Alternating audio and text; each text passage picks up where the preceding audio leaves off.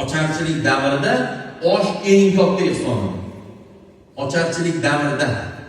Hozir ocharchilik zamon emas. Hozir to'qlikdan ham o'tib ketdik biz. Hozir endi osh ehson emas endi hozir.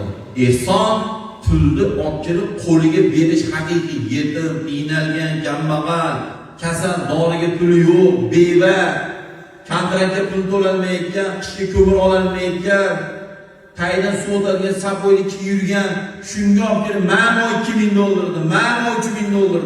Mana ehson. Bari to'q hojdada, to'q domlalarga chaqirib yediravermaydi. Siz yedirayotgan hojdada domlalarni ko'ring. Shulardan biz mana qorin chiqyapti. Bizga yedirasizmi? Voshim yedirmaydi. Uyda esa hammasi.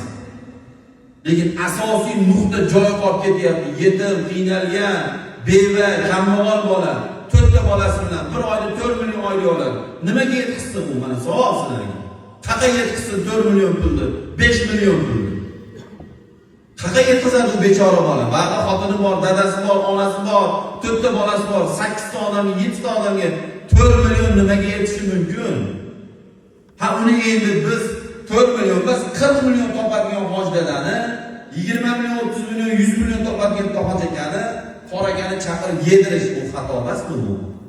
Bu xatodir bu. Qachongacha yuriladi bu narsa?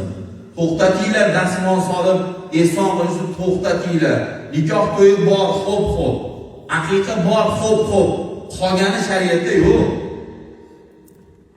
Mana zapis bor. Xohlagan domlangizga olib boring. Xudo uchun gapirsin to'g'risi. Noto'g'risi isbot dalil topib bersin. Mana 3 ga dalil bor. O'lganga 3 ehson, payshanba ehson, yo 20 ehson, yo 40 ehsonga mana dalilni topib bersin-chi. Xo'p, dalil bor, topib berdi yani. Bitta gazlar yittir, bu jinni, u beodob u. U madaniyatsiz u. Tortinchoq odam desa, lo'qmisan deb tortinchoq bo'ladi.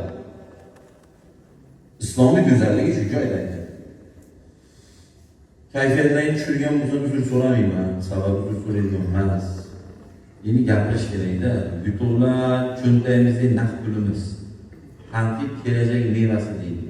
Tanqidiy tomonimizni ko'proq